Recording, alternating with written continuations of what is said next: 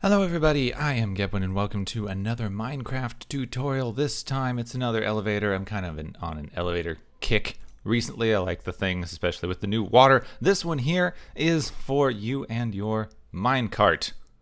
Sounds kind of like a song, but I'm not going to sing it.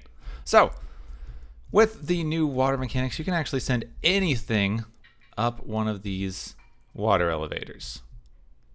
So it's great, which means that you can actually send a minecart straight up one of these water elevators. Now that's all well and fine. You can send the minecart up and it's just going to sit at the top. So you need a little thing up here to push it along, and that's the only actual complicated bit. Everything else is just this elevator here. You have a minecart track running up to a 1-block gap to keep the water from pouring out with 2 signs blocking the way. I surrounded this one with glass just so you could see, but it's just a column, one wide column of water that goes up as far as you want. There is no limit on these bubble columns that I have found.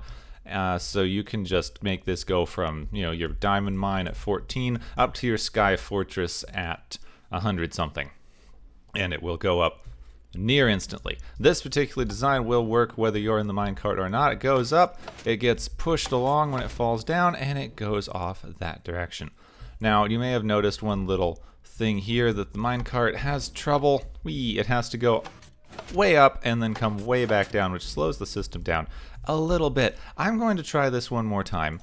When I was testing it, there was some inconsistency as to whether putting a ceiling on this would make the machine not work or not. Now make sure if you do put a gap up here that it is one above, so you have your tripwire, your gap, and then your ceiling, and also make sure it's made of transparent blocks so that if you whack your head on it you do not get hurt. So if we send this minecart through, it seems to be working now. I think this is something that may have changed because I made this in 0.13 and I'm now in 0.13.1, so that may be the thing that happened there. Now I'm going to put a little block down here so that we do not fly off the edge, and I'm going to just show you that this works with me in survival mode without killing me. So let's just put down this minecart.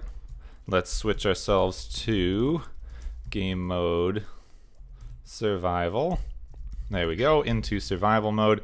Oh, I am hurt. That's not good. Well, anyway, you see that I have 3 hearts down from testing before, or 4 hearts down. If we go through here, we go up in the machine, it pushes us over, and we took absolutely no damage from any of that. So you see this gives you a no damage a no damage elevator that's very, very compact and simple to build. So let's go through how to build this, and also a quick trick for filling up your 1-wide water elevators, because they can be a little bit difficult to do in survival mode. The first thing that you need to do, obviously, is pick where your elevator is going to start, and then just build a little bit of a run-up going toward the elevator. This is going to be your minecart area. I would recommend having powered rails going up towards it, and I just put a couple of non-powered rails for good measure at the end, but I would recommend having powered rails going up toward where you want your minecart elevator to be, just to make sure your minecart is going fast enough to get past this 1-block gap. You don't want it to get stuck anywhere along the way. Then, once you have this run up, leave 1-block gap between where your cart ends and where your water elevator is going to begin. Don't put the soul sand in yet, because I'm going to show you a trick for the water. So build up a little 1x2 door, so 2 tall, 1 wide. We are going to put a few signs in there.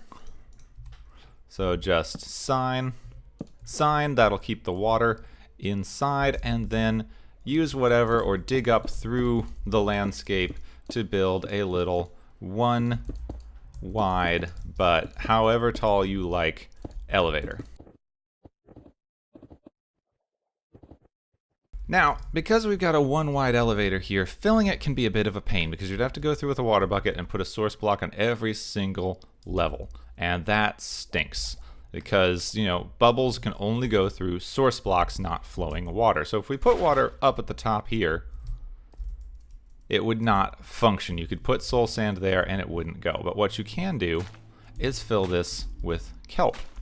If you get kelp, which is pretty easy to get from the oceans or around, every time that you put a piece of kelp in here, it changes the water that it's in into a source block. So now, if we grab ourselves some soul sand, and we break this at the bottom, it's going to break the whole line of kelp. We replace this with soul sand, and bubbles going all the way to the top off of one bucket of water that we just put up here. So you just need to put one source block of water all the way at the top of the elevator, let it flow all the way down, and then just fill the entire thing with kelp that you gathered from the ocean.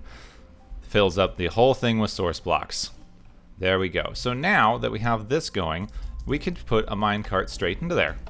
There it goes. And it goes up to the top, and it bounces up and down a little bit, and then it just sticks. That's really not good for our purposes, which is why we need this contraption up here, which is just super, super simple. You need a backward stair block because stair blocks are transparent, and because your head is going to be going straight through this block, you need a transparent block or you will take damage. So you have to have a backward stair of some description. On the back of the stair, you're going to want to put a tripwire hook, then some string and another tripwire hook, and then a solid block. And below that, you've got a sticky piston pointing towards the direction you want your minecart to travel, and a block here. Then two up from that. Here you have an air gap, and then you have a ceiling of transparent blocks.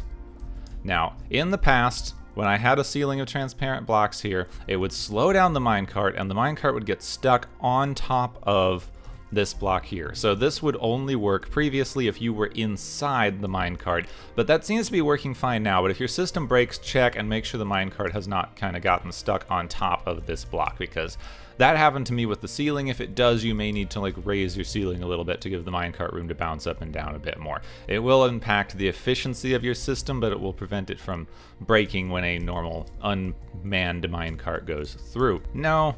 Let's just build this top section here, and just to demonstrate, we can send this in any direction that we would like. So you just pick a direction that you want your minecart to go. I'm going to try to line it up with this. And you can send out a track going that direction. Now you are definitely going to want to have a powered track up top, at least for a little ways. So start with a bit of powered rail up here, and then of course you can change it to normal rails or whatever you are using up top for your system. If you want to power the whole thing, if you intermittently do this, however you build your rails, it'll work with most anything there. Then on the back you have a block. You're going to put a sticky piston facing into that block. This needs to be a sticky piston so it can pull it backward. Up above that you have a block, and then you're going to want tripwire hook, string, tripwire hook, stair. So get yourself a stair. I'm using quartz, so this is going to be a quartz stair. It has to be, oh, I built it on the wrong side, didn't I? There we go. It has to be a transparent block, like I said, so use an upside down stair with the back facing this way.